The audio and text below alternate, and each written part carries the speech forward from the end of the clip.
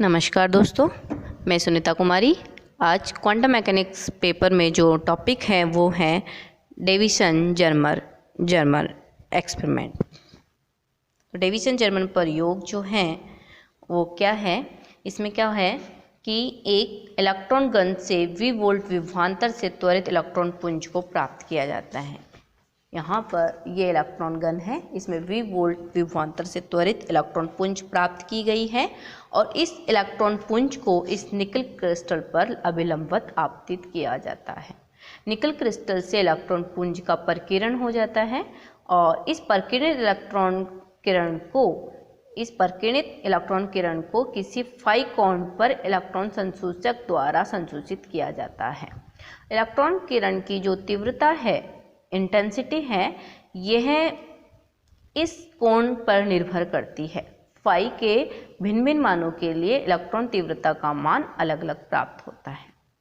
ये है deviation Germer प्रयोग और इस डेविसन जर्मर प्रयोग की जो व्याख्या है वो क्लासिकल मैकेनिक्स के द्वारा नहीं की जा सकी। क्लासिकल मैकेनिक्स किस प्रकार से समझाता है कि क्लासिकल मैकेनिक्स जब इलेक्ट्रॉन के कण स्वरूप, क्लासिकल मैकेनिक्स क्योंकि इलेक्ट्रॉन का कण स्वरूप ही देखता है, जबकि क्वांटम मैकेनिक्स कण के साथ साथ तरंग स्वरूप ही देखता है। तो इस चिरसम्मत सिद्धांत में इस इलेक्ट्रॉन के कण प्रकृति को माना जाता है। उस कण प्रकृति के अनुसार फाई के साथ में, फाई के मान में जैसे जैसे परिवर्तन होता है उसके साथ साथ इलेक्ट्रॉन तीव्रता में परिवर्तन अल्प होना चाहिए। जबकि डेविसन प्रयोग में ये देखा गया कि फाई के साथ में इलेक्ट्रॉन तीव्रता के मान में डिफरेंट परिवर्तन आते हैं। और इस डेविसन जर्मर प्रयोग में जो इलेक्ट्रॉन की तीव्रता है वो तीव्रता फाई के साथ में यहाँ पर विभिन्न कोणों पर दिखाई गई है। यहाँ पर हम ये देखते हैं कि y एक्सिस पे हम आपतित पुंज को ले लेते हैं और यहाँ पर x एक्सिस पे हम जिस वोल्ट पर इलेक्ट्रॉन गण को त्वरित किया गया है उस वोल्ट को ले लेते हैं। तो ये 40 वोल्ट है, 44 वोल्ट है, ये 48 है, ये 54 वोल्ट है, 60 वोल्ट है, 64 है, ये 68 वोल्ट है और ये आपतित किरण पुंज है। इस तरह से तीव्रता प्राप्त की गई। ये देखा गया कि जब प्रकीर्णन कोण का मान यानी फाई का मान 50 डिग्री होता है उस केस में इलेक्ट्रॉन की उच्च तीव्रता प्राप्त होती है। यानी इलेक्ट्रॉन की जो मैक्सिमम इंटेंसिटी है वह प्रकीर्णन कोण जो स्कैटरिंग एंगल 50 डिग्री है उस पर प्राप्त होती है। ये डेविसन जर्मर प्रयोग में देखा गया और ये देखा गया कि इसमें जो मैक्सिमा और मिनिमा दोनों प्राप्त होते हैं।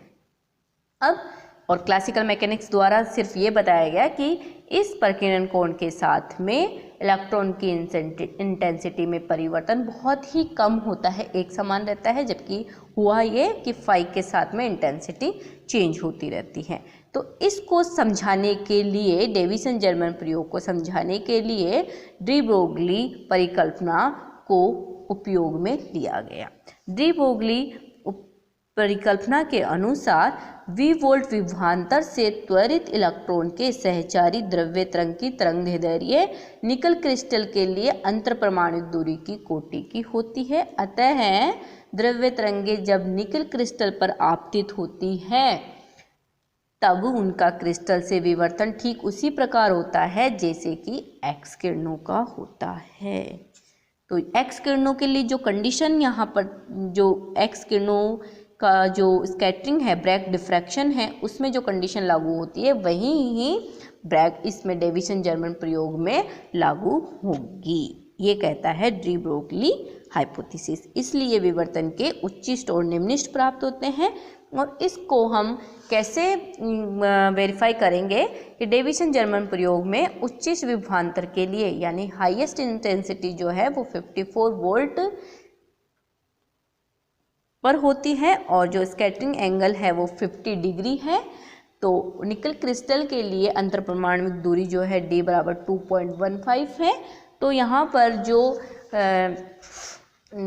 डी ब्रैग डिफ्रैक्शन में जो इक्वेशन है वो है 2D साइन थीटा बराबर n लैम्बडा। ये आपतित तरंगित तरंगदैर्घ्य हो गई, ये D हो गई क्रिस्टल तलों के मध्य दूरी, थीटा हो गई स्कैटरिंग एंगल। इन दोनों का मान निकाल करके हम यहाँ पर लैम्डा का मान निकाल लेंगे कि इसमें इलेक्ट्रॉन के संगत जो तरंग है उसकी तरंग दैर्ध्य का मान कितना होगा। तो यहाँ पर d जो है क्रिस्टल तलों के बीच की दूरी, क्रिस्टल तलों के बीच की दूरी होती है कैपिटल D sin 5/2 और इसका मान हम यहाँ पर निकाले इस निकल क्रिस्टल के लिए तो वो आती है 9.1 एंगस्ट्रॉम। और जो थीटा है वो जो रिलेशन है वो होता है 5/2, तो ये स्कैटरिंग एंगल आ जाएगा 65 डिग्री। यहाँ पर फाई का मान जो है वह है 50 डिग्री, 50 डिग्री पर स्कैटरिंग एंगल पर ही मान। तो ब्रैग डिफ्रैक्शन इक्वेशन में इन दोनों का मान रखने पर जो लैम्डा का मान है n बराबर 1 के लिए तो 2d का मान रख देंगे, थीटा का मान रख देंगे, तो यहाँ पर जो लैम्डा का मान आता है वो आता है 1.65 एंगस्ट्रॉम। ये डेविसन जर्मर प्रयोग में आता है। डेविसन जर्मर प्रयोग में जो इलेक्ट्रॉन स्कैटर्ड हुआ है उससे एसोसिएटेड वेव की वेवलेंथ है 1.65 एंगस्ट्रॉम।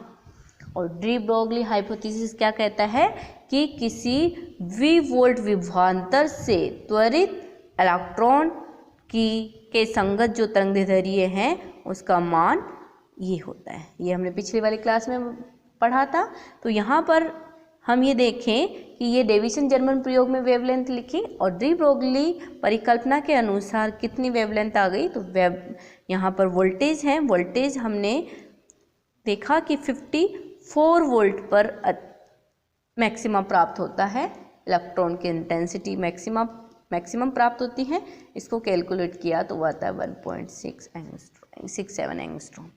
अतः डी ब्रोगली परिकल्पना के अनुसार इलेक्ट्रॉन से एसोसिएटेड वेव की वेवलेंथ 1.67 एंगस्ट्रॉम और डेविसन जर्मर प्रयोग में 1.65 एंगस्ट्रॉम जो कि ऑलमोस्ट इक्वल हैं। अतः हम कह सकते हैं कि इलेक्ट्रॉन के सहचारी द्रव्य तरंगित तरंगदैर्ध्य का प्रायोगिक मान और सैद्धांतिक मान एक जैसा ही प्राप्त होता है। इससे डी ब्रोगली द्रव्य तरंग परिकल्पना की सत्यता की पुष्टि होती है। आज के लिए इतना ही। Thank you.